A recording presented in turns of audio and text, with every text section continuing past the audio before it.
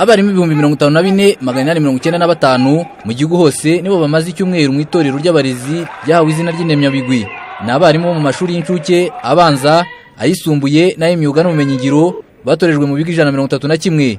Bigishijwe kudasobanya mu kazi kabo, gutanga uburezi bufite ireme, indangagaciro ziranga umunyarwanda no kugira uruhare mu kurwanya ingengabitekerezo ya jenoside. Urugero rubagiyeho ari ugutanga uburezi buzageza igihugu aho cyifuza nkuko byari mu nsanganyamatsiko y'iri torero. Tugiye kwigisha abana dushizeho umwete,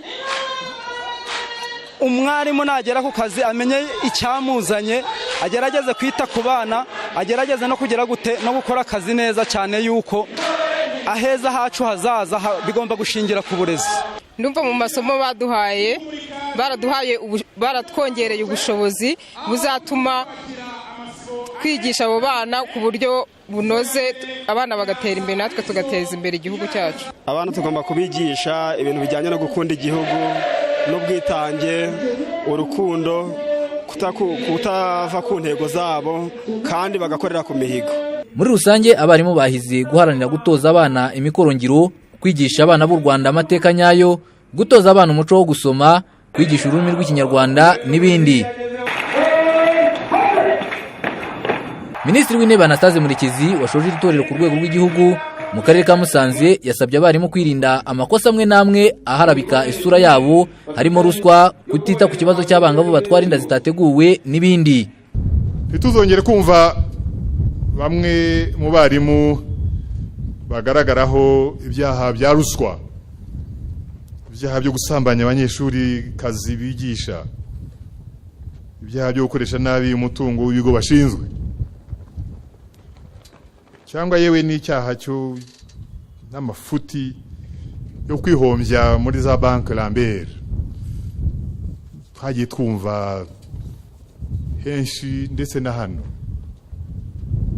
Mwamusenye ingo zanyu kandi mufite umwarimu sako, mufite n'amabanki akorera mu mucyo yabateganirije inguzanyo mushaka. Ku rundi ruhande, Minisitiri w'Intebe yabwiye abarimu ko leta y'u Rwanda idahwema kubashakira icyateza imbere imibereho yabo nkuko biri muri stati nshya ya mwarimu yashyizweho mu Gushyingo umwaka ushize. Iyo stati yerekana neza uburenganzira bwa mwarimu burimwo no kuzamurwa mu ntera kandi ku gihe, bikanajyana no kongera umushahara wa mwarimu.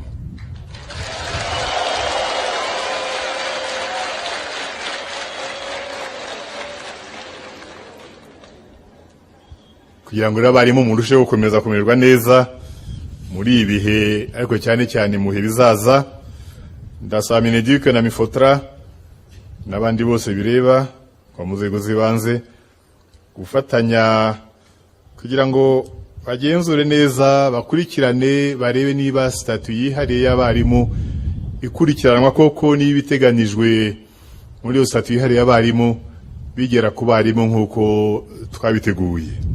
Mu barimu barenga 63,000 bagombaga kwitabira iri torero, habonetse abarenga 54,000. Harimo abagore 19,225 n'abagabo 35,670.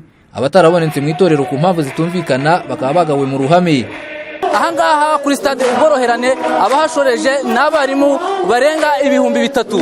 Ahangaha rero abarimu baragaragaza ibyishimo, baragaragaza imbamutima zabo z'ukuntu bitabiriye iri torero, bakaba basobanukiwe amateka ndetse yewe ibintu bizabafasha kwigisha abana b'Abanyarwanda bijyanye n'icyerekezo u Rwanda rwihaye cya 2050. Kwizera John Patrick, Televiziyo Rwanda mu karere ka Musanze.